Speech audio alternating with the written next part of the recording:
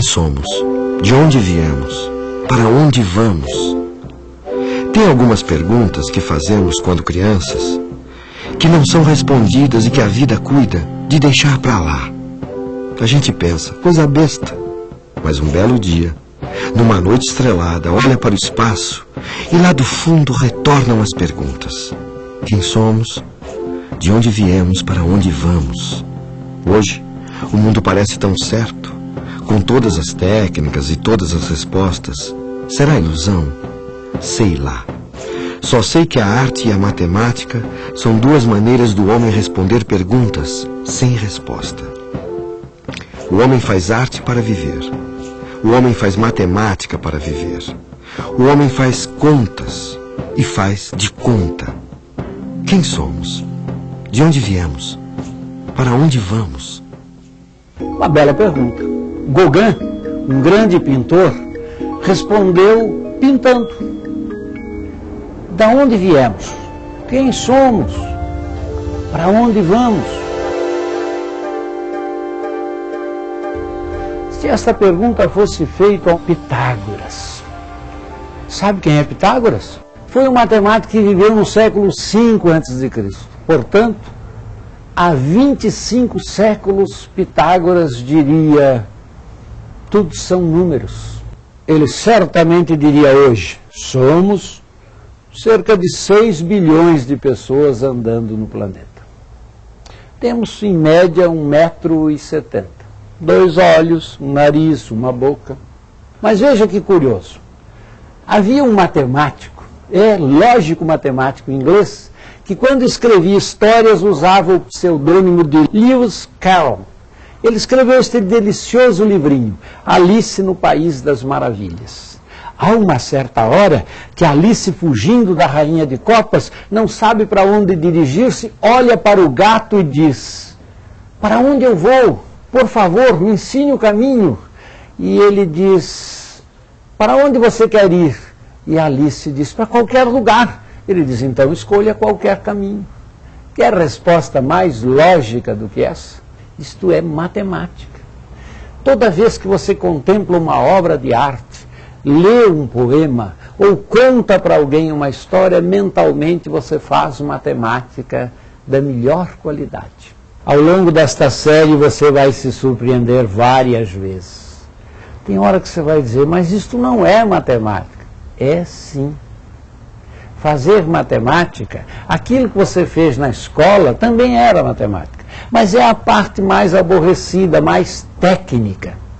Matemática é, sobretudo, resolver logicamente estes problemas, estes quebra-cabeças que a própria natureza nos impõe e que os artistas pintam. Os músicos fazem som, os matemáticos dão respostas lógicas e coerentes. Todas elas permeadas por algo que faz bem ao coração, pela estética. Fazer arte, fazer matemática é, sobretudo, responder esteticamente aos quebra-cabeças que a natureza nos impõe.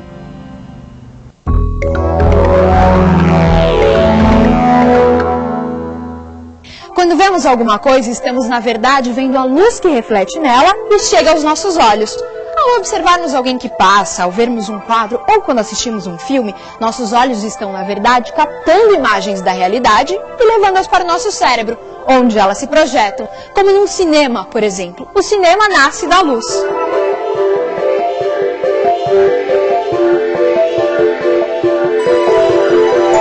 Quando essa máquina de filmar e projetar imagens foi inventada, não se sabia exatamente o que fazer com ela. Filmavam-se trens, mágicos, lutas de boxe e o que mais se podia pensar. Era um espetáculo de variedades, até que se percebeu que aquele invento poderia servir para contar histórias.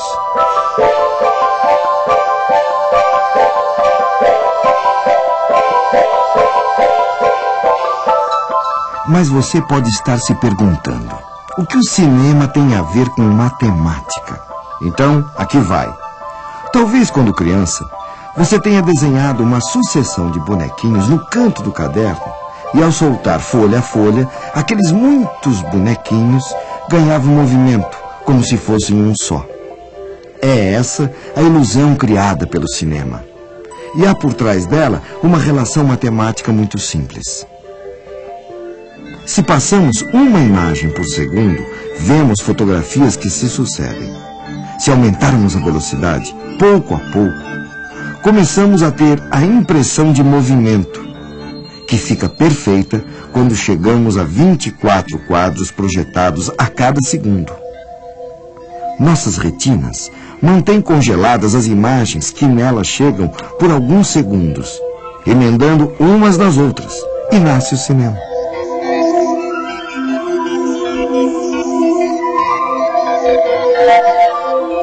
Estas são apenas as relações matemáticas que estão por trás da projeção, do mecanismo de engenharia que faz acontecer o cinema.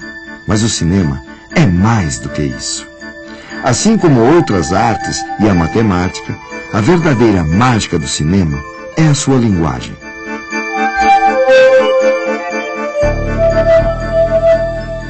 Bom, quando o cinema nasce, não existe ainda a noção de montagem. A ideia é que a ação inteira acontece dentro de um quadro só. O filme não é cortado em unidades que nós chamamos hoje de planos. Esse filme já demonstra muito bem a dificuldade que existia naquela época para fazer o espectador olhar para aquilo que interessava. Porque o que vai acontecer nesse filme é um roubo do porco. Se vocês prestarem atenção, essa mancha preta aqui embaixo é um porco que está sendo carregado por esse menino. Esse porco será roubado pelo Tonton, que é esse bandido que está aqui atrás. É um ladrão famoso na época. Agora, isso acontece no meio de uma confusão tão grande que, em geral, os espectadores não conseguiam ver o roubo do porco. E aí não entendiam o desenvolvimento posterior da história. Por que todo mundo sai correndo atrás do ladrão do porco? Então, nesse momento aqui, quando esse palhaço vai pegar uma bola no chão, olha o roubo do porco. O Tonton agarra o porco e sai correndo por trás, e a multidão sai correndo toda atrás dele em seguida. Então, essa confusão que existia no começo da história do cinema precisava ser resolvida de alguma maneira. Então, alguém, em algum momento, teve a ideia de, em vez de mostrar tudo dentro de um quadro só, separar as coisas em quadros diferentes. Então, era possível mostrar primeiro isso tudo só para situar a ação. Mas depois, num quadro mais fechado, mostrar os personagens principais. E quando fosse acontecer o roubo, tinha que separar o roubo num quadro mais fechado ainda, para que ninguém ficasse olhando para a mulher na corda bamba quando a ação principal estivesse acontecendo do outro lado do quadro. Então foi para orientar o olhar do espectador para aquilo que ele precisa ver em cada momento, que nasceu a ideia de decupar a ação em planos separados. Pois é, nos primórdios do cinema, parece que a imagem era um tanto confusa. Então criaram-se vários planos, inclusive aquele bem perto que chamamos de close. A sequência de closes formou um filme, deu para contar a história. Mas no início a turma não percebeu direito, era uma nova linguagem, era uma nova leitura. Tanto é que na África, lá naquela época, ao lado da tela ficava o explicador. Naquela cena ele diria, vejo, agora ele vai pegar o porco, note, ele vai fugir, repare, a multidão vai atrás. Era preciso explicar o que o novo olhar estava vendo. O mesmo acontece com a nova linguagem da matemática. Que história é essa de uma geometria que de repente se torna elástica? A geometria era estática, comportada, de repente virou elástica, topológica. Era preciso explicar. Era preciso dar um close, uma sequência, uma logicidade ao nosso estranhamento com a nova arte e com a nova matemática. Esta sequência é o objetivo dos nossos programas. Você vai deitar um novo olhar à arte e à matemática. Da mesma forma que estranhamos o antigo, temos um certo estranhamento quanto ao novo. Daí a importância de lançarmos novos olhares sobre as coisas. Matemáticos e artistas estão sempre na busca de compreender o seu mundo. Suas obras são as tentativas de mostrar aos outros o que foi que viram nas suas viagens na busca do conhecimento.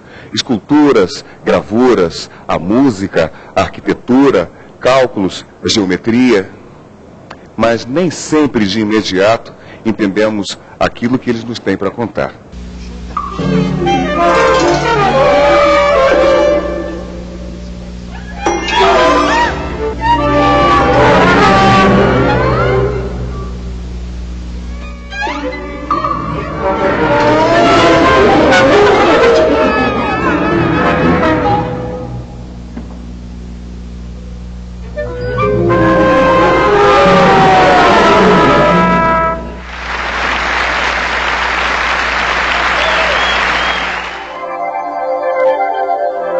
Ainda hoje não estamos totalmente acostumados com a arte do nosso tempo. O que aconteceu no mundo das artes foi semelhante ao que se passou na matemática. Foi nessa nova matemática que nasceu a teoria do caos. Se você não tem a menor ideia do que seja isso, fique tranquilo, nós temos um programa só sobre ela. E pouco a pouco você vai se familiarizar com algumas dessas ideias que a princípio parecem tão estranhas, mas que estão mais ligadas à nossa vida do que a gente imagina. Matemática é uma manifestação de conhecimento e comportamento humano que vem, já se identifica nos hominídeos, nos australopitecos. Eles já têm algum tipo de comportamento, fazem instrumentos e que revelam uma matemática quase que eu diria espontânea. E se diz que a matemática é própria da espécie humana. Não é só aquilo que nós, como matemáticos, identificamos como sendo matemática. Assim, nós identificamos também nos grupos profissionais, nas várias profissões, sobretudo nos artesãos, nós notamos que eles utilizam elementos matemáticos do seu fazer, claro, eles sabem o que estão fazendo, mas não reconhecem aí aquela matemática que é a matemática de domínio acadêmico.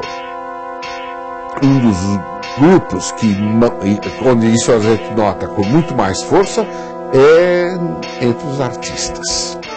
Muitas vezes ele está aplicando alguma coisa, fazendo algum traçado, sem reconhecer que ali ele está empregando resultados que são objeto de teoremas que se estudam no mundo acadêmico. O artista concretiza ou torna concreta as representações que ele tem através de uma obra de arte. O matemático torna concreto as representações que ele tem através de uma teorização, de uma explicação, de um resultado, de um teorema.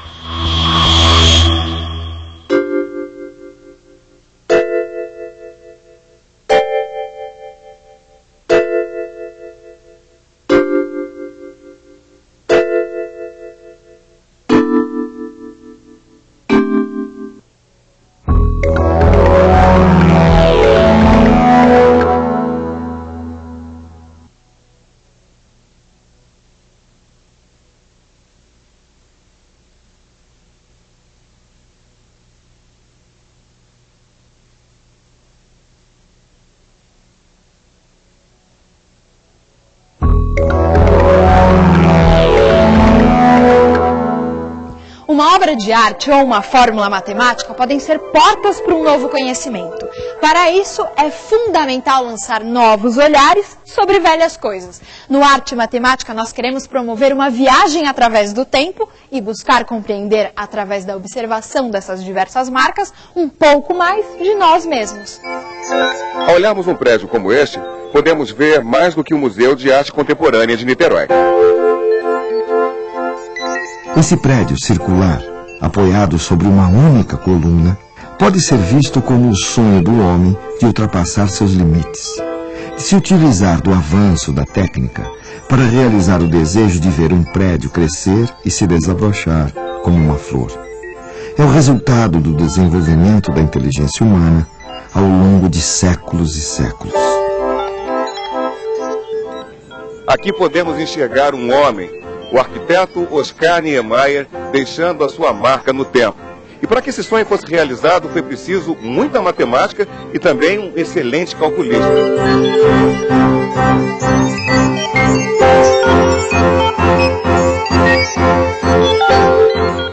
A arquitetura é um casamento perfeito entre artistas e matemáticos, mas saiba você, não é o único.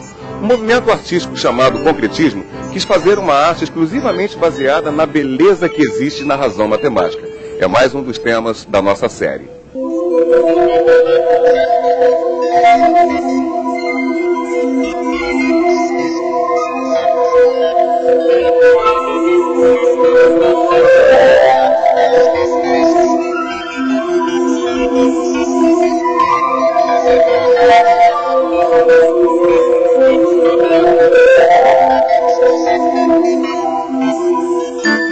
Essas duas áreas, arte e matemática, não andam tão separadas quanto costumamos imaginar. São duas formas de conhecimento que andam paralelas e podem nos falar muito da história do homem. Mas não é o papel da arte nem o da matemática contar a história dos homens, e sim dos historiadores. No entanto, a arte e a matemática são instrumentos importantíssimos utilizados por esses profissionais. Muito do que sabemos sobre o Brasil recém-descoberto deve-se aos relatos da carta de Pero Vaz de Caminha ao rei Dom Manuel. Esse relato oficial ganhou hoje, de certa forma, status de literatura devido à sua importância histórica e riqueza de detalhes com que o escrivão da Armada descreve suas primeiras impressões sobre esta terra e seus habitantes, os índios. Em outras expedições dos séculos seguintes, o Brasil foi intensamente retratado pelos pintores que acompanhavam as viagens. O Brasil foi o primeiro lugar do Novo Mundo que teve sua gente pintada de maneira fiel.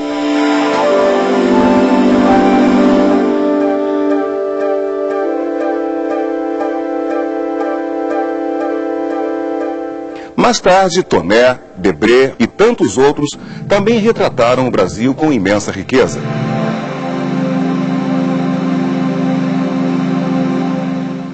Rugendas, que acompanhou a expedição de Longsdorff no ano de 1820, tinha o desejo de que seus quadros fossem, ao mesmo tempo, obras de arte e uma contribuição artística à ciência histórica.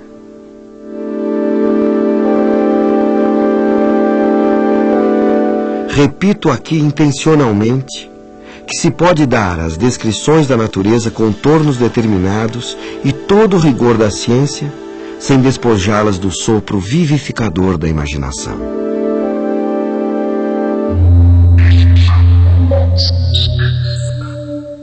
Assim como os europeus, há 500 anos, puderam viajar sem sair do lugar, apenas observando essas pinturas, arte e matemática vão nos transportar para mundos que não conhecemos. Aqui nas cavernas, nossos antepassados desenhavam muitos animais. Você sabe por quê? E para isso, vamos fazer uso da ideia de um respeitável matemático chamado Ian Stewart. Ele imaginou a possibilidade de entrarmos por uma dobra do espaço e do tempo. Quem elaborou esse mosaico não buscava a representação fiel da natureza, como é vista pelos nossos olhos. Ele pretendia manter vivo na memória das pessoas que fossem a essa igreja em Ravenna um episódio sagrado da história de Jesus Cristo. Foi no Renascimento que um dos maiores artistas da humanidade, Leonardo da Vinci, desenhou esta figura, chamada o Homem Vitruviano. Aqui podemos ver a proporção.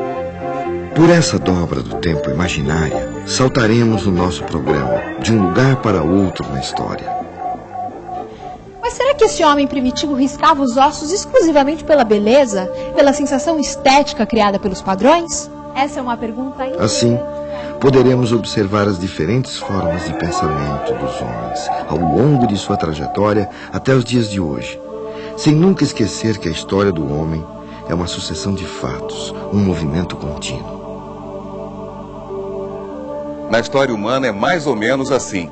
Se olharmos uma só imagem, por exemplo, desenhada há milhares de anos numa caverna, estamos vendo apenas imagens, marcas do homem ao longo do tempo. Mas, observando-as ao longo da nossa história, percebemos a evolução do pensamento do homem. Conseguimos entender melhor mundos que não vivemos? Podemos tentar sentir o que esses outros homens de outras épocas e culturas sentiam quando realizavam suas obras.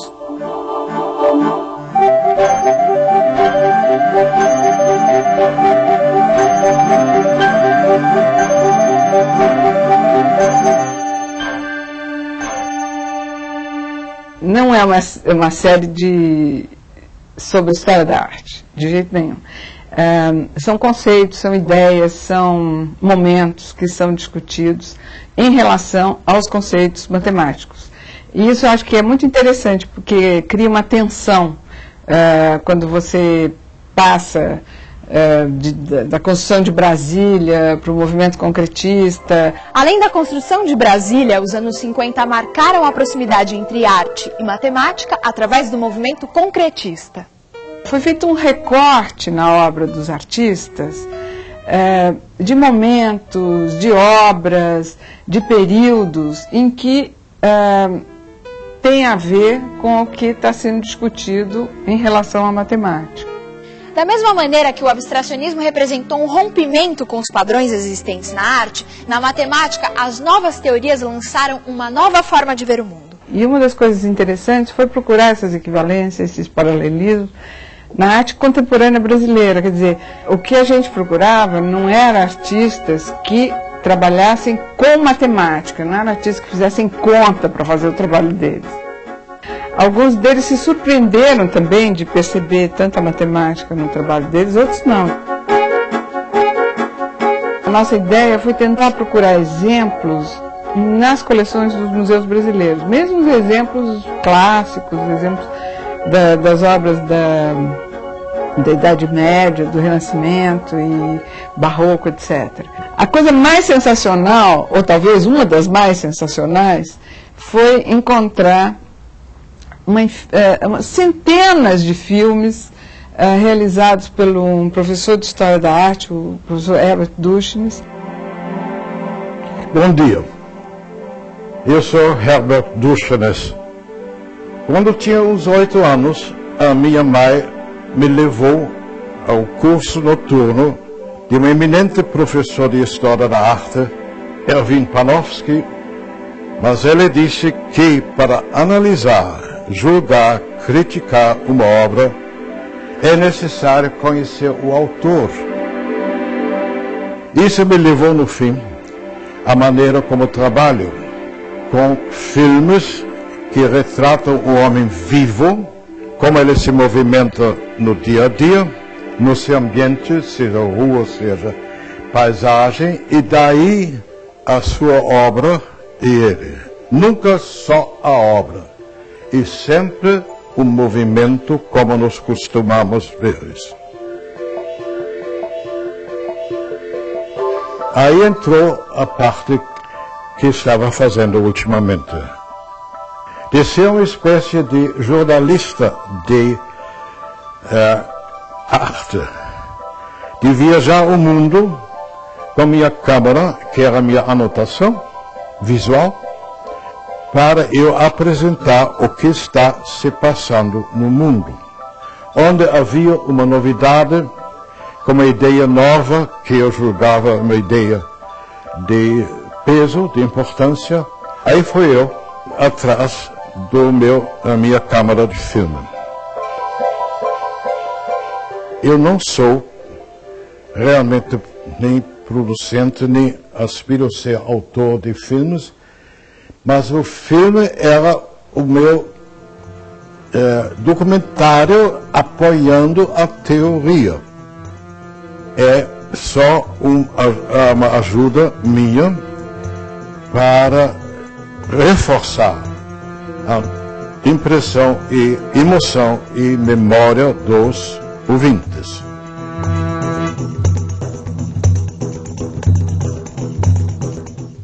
E não é só isso. Repare, por exemplo, estas janelas. É uma sucessão de retângulos.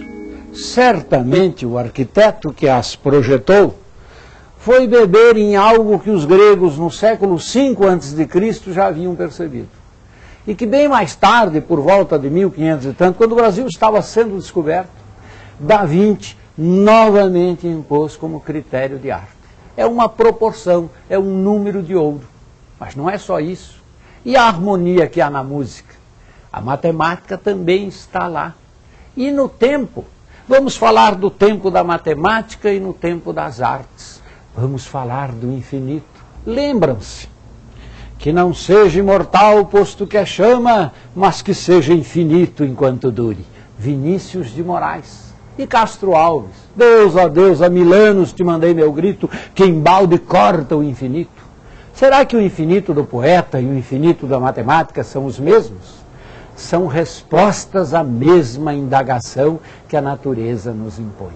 Enfim, vamos navegar. Você já viu falar de um barquinho chamado catamarã? É um barco que tem 2 quilhas.